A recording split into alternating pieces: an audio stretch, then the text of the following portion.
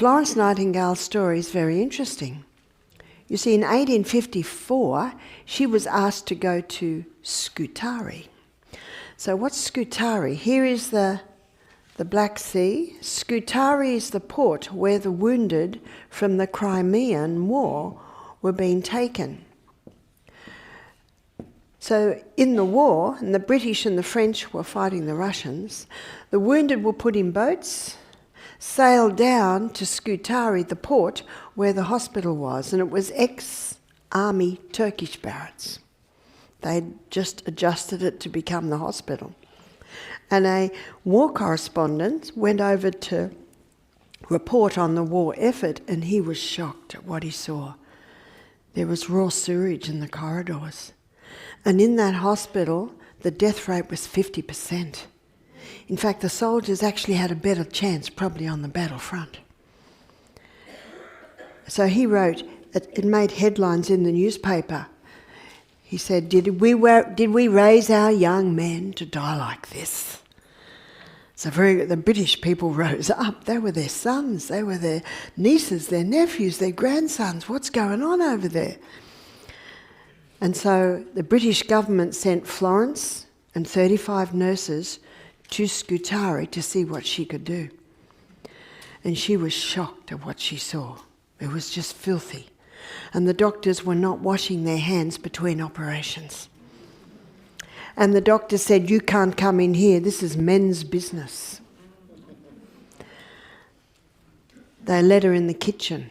And in the kitchen there were big vats of water with bits of rotten meat in it. That was their food.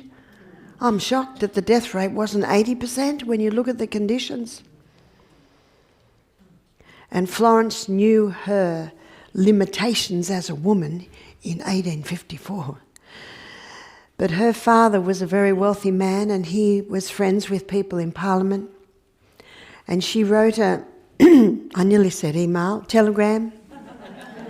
She wrote a telegram and she said, we need a sanitary commission to come and assess what's happening in this hospital, especially when the report came back that the French troops were being better looked after.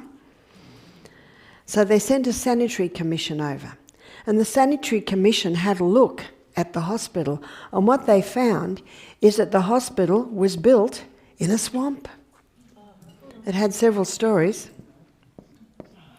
And in the swamp they found a dead horse. And in the swamp they found a dead dog. And the men in the hospital were drinking the water out of that swamp.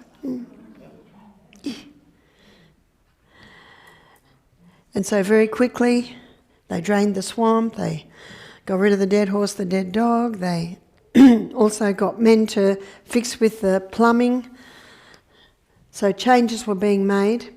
And then another shipload of wounded arrived in Scutari, 1,200 wounded men. The hospital was already overflowing. And so the doctor said to Florence and her nurses, all right, you can come in. They needed help.